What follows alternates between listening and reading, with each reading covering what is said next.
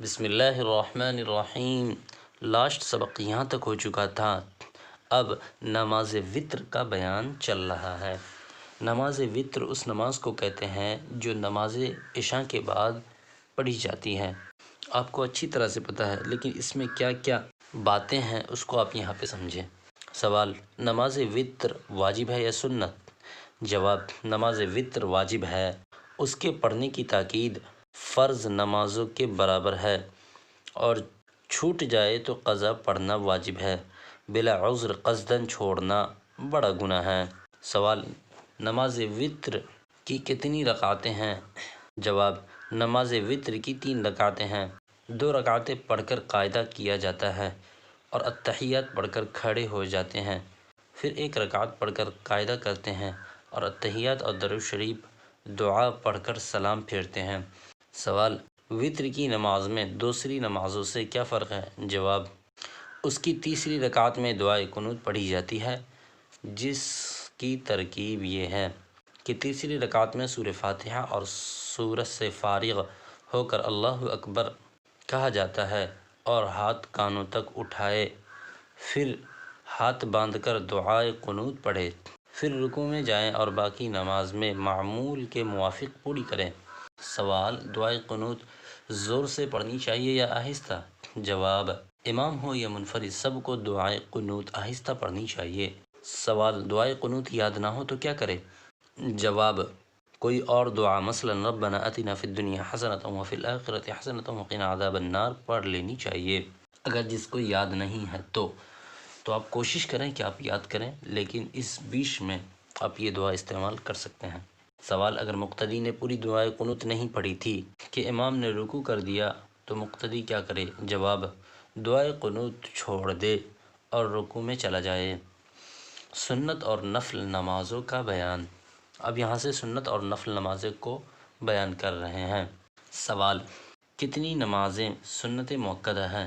جواب: 2 رکعتیں نماز فرض کے فرضوں سے پہلے اور 4 رکعتیں ایک سلام، یعنی ظہر کی نماز اور جمعہ کی فرضوں سے پہلے 2 رکعتیں نماز ظہر کے فرضوں کے بعد 4 رکعتیں ایک سلام سے نماز جمعہ کے بعد، اور 2 رکعتیں مغرب کے فرضوں کے بعد اور 2 رکعتیں عشاء کے فرضوں کے بعد سنت مؤکدہ ہیں، اور رمضان شریف میں نماز تراویح کے 20 رکعت سنت مؤکدہ ہیں۔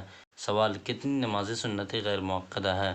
جواب: نماز عصر سے پہلے 4 رکعتیں اور عشاء کی سنت مؤکدہ کے بعد 2 رکعتیں، اور مغرب کی سنت مؤکدہ کے بعد 6 رکعتیں، اور جمعہ کی بعد کی سنت مؤکدہ کے بعد 2 رکعتیں، اور تحیۃ الوضو کی 2 رکعتیں، اور تحیۃ المسجد کی 2 رکعتیں، اور نماز چاشت کی 4 یا 8 رکعتیں، نماز وتر کے بعد 2 رکعتیں، نماز تہجد کی 4 یا 6 یا 8 رکعتیں، صلاۃ التسبیح، نماز استخارہ، نماز توبہ، نماز حاجت وغیرہ۔ ہاں، یہ تمام نمازیں سنت غیر مؤکدہ ہے۔ سوال: سنت مسجد میں پڑھنی بہتر ہے یا باہر؟ جواب: تمام سنتیں اور نفل نماز میں کھڑے ہو کر پڑھنا بہتر ہے، سوائے چند سنتوں اور نفلوں کے کہ ان کو مسجد میں پڑھنا افضل ہے، جسے نماز تراویح، تحیۃ المسجد اور سورج گرہن کی نماز وغیرہ کہتے ہیں۔ سوال: نفل نماز کس کس وقت پڑھنا مکروہ ہے؟ جواب: صبح صادق ہونے کے بعد، فجر کی 2 رکعتیں سنت کے علاوہ فرضوں سے پہلے نفل نماز مکروہ ہے۔ فجر کی فرضوں کے بعد آفتاب سے نکلنے سے پہلے نفل نماز مکروہ ہے۔ عصر کے فرضوں کے بعد آفتاب کے متغیر ہونے سے پہلے نفل نماز مکروہ ہے، لیکن ان تینوں وقتوں میں فرض نماز کا قضا اور واجب نماز کی قضا اور نماز جنازہ اور سجدہ تلاوت بلا کراہت جائز ہیں۔ سوال: آفتاب نکلنا شروع ہونے سے ایک نیز بلند ہونے تک اور ٹھیک دوپہر کے وقت اور آفتاب متغیر ہو جانے سے غروب ہونے تک ہر نماز مکروہ ہے۔ ہاں، اسی دن کی عصر کی نماز نہ پڑھی تو اسے آفتاب متغیر ہونے اور غروب ہونے کی حالت میں بھی پڑھ لینا جائز ہے۔ مثلاً اگر آپ نے عصر کی نماز آج چھوڑ دیا چھٹ گئی اور مغرب سے پہلے پہلے اگر آپ پڑھنا چاہتے ہیں، سورج ڈوبنے سے پہلے پہلے، تو اس صورت میں آپ پڑھ سکتے ہیں، لیکن عصر کے بعد دوسری کوئی نماز نہیں پڑھی جاتی ہے، یہ کہنا چاہ رہے ہیں۔ اسی طرح عصر کے بعد جو سورج ڈوبنے کا وقت ہوتا ہے، اس وقت کوئی نماز نہیں پڑھی جاتی ہے، اسی کو مصنف علیہ الرحمہ بتا رہے ہیں۔ اسی طرح خطبہ کے وقت سنت اور نفل نماز مکروہ ہے۔